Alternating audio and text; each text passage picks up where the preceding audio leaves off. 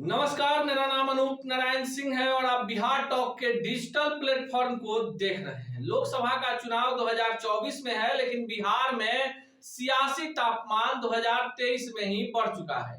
इस वीडियो में हम आपको बताने जा रहे हैं बिहार के उस सियासी समीकरण के बारे में जो अगर सफल रहा तो भाजपा को बिहार में बड़ा झटका लग सकता है।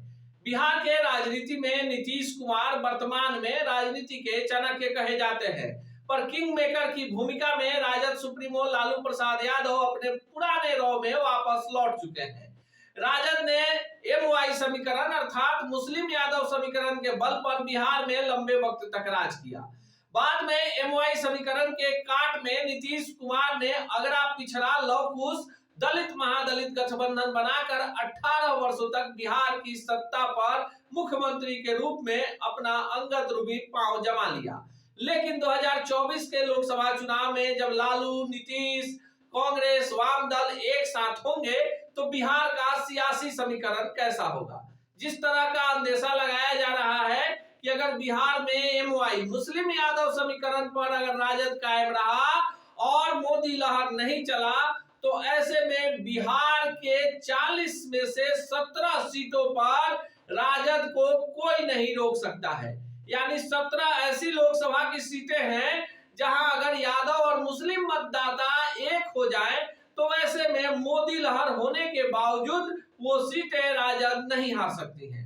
इसके बाद 13 ऐसी सीटें हैं जहां पर यादव और मुस्लिम निर्णायक भूमिका में तो नहीं है, पर अगर गोलबंद हो जाए तो दूसरे जातीय समीकरण को भेदने में सफल हो सकते हैं। लेकिन बिहार है, बिहार में सियासत किस करवट बैठेगी इस पर कोई कुछ नहीं कह सकता।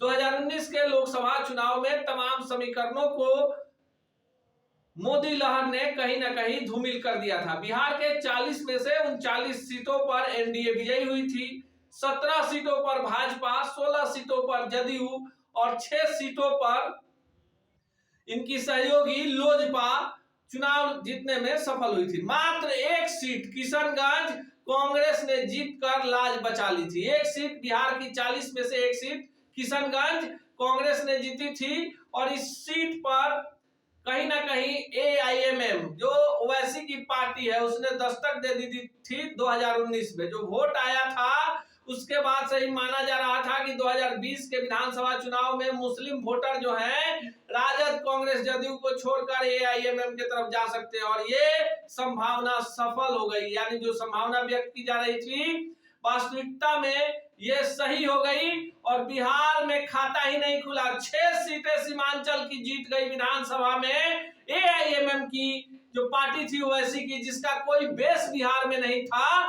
वो पार्टी बिहार में 6 विधानसभा सीटें जीत गई। हालांकि बाद में वो उनके 5 विधायक राजद में शामिल हो गए। अख्तरुल इमान जो इकलौते बचे हुए विधायक हैं एआईएमएम के, उनको भी लेकर तरह तरह की चर्चा थी। लेकिन इस बार किशनगंज से चुनाव लड़ेंगे किंतु परंतु नहीं है। एआईएमएम अररिया, किशनगंज, सुपौल इन 3 सीटों पर तो सीधा प्रभाव डालती है, कटिहार तक पर असर है। लेकिन ये जो 3 सीटें हैं अररिया, सुपौल और किशनगंज, इन पर इनकी विशेष नजर है और एमवाई में कहीं ना कहीं ये 3 सीटें राजद के लिए, कांग्रेस के लिए भी प्रतिष्ठा का विषय है।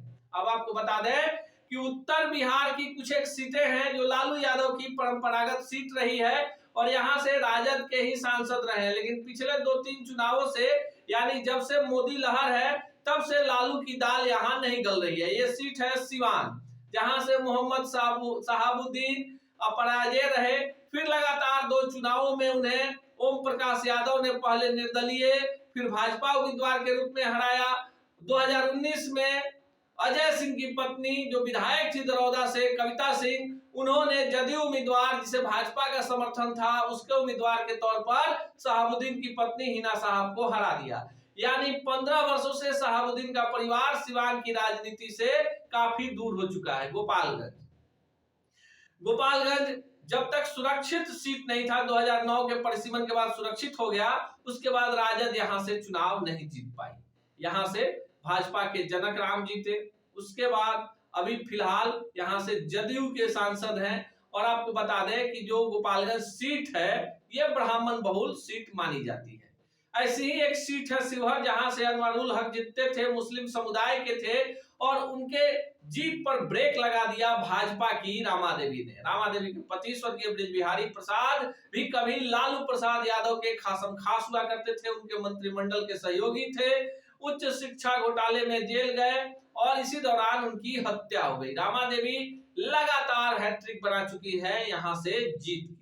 एक ऐसी ही सीट और जिसकी चर्चा करेंगे वो सीट है सीतामढ़ी।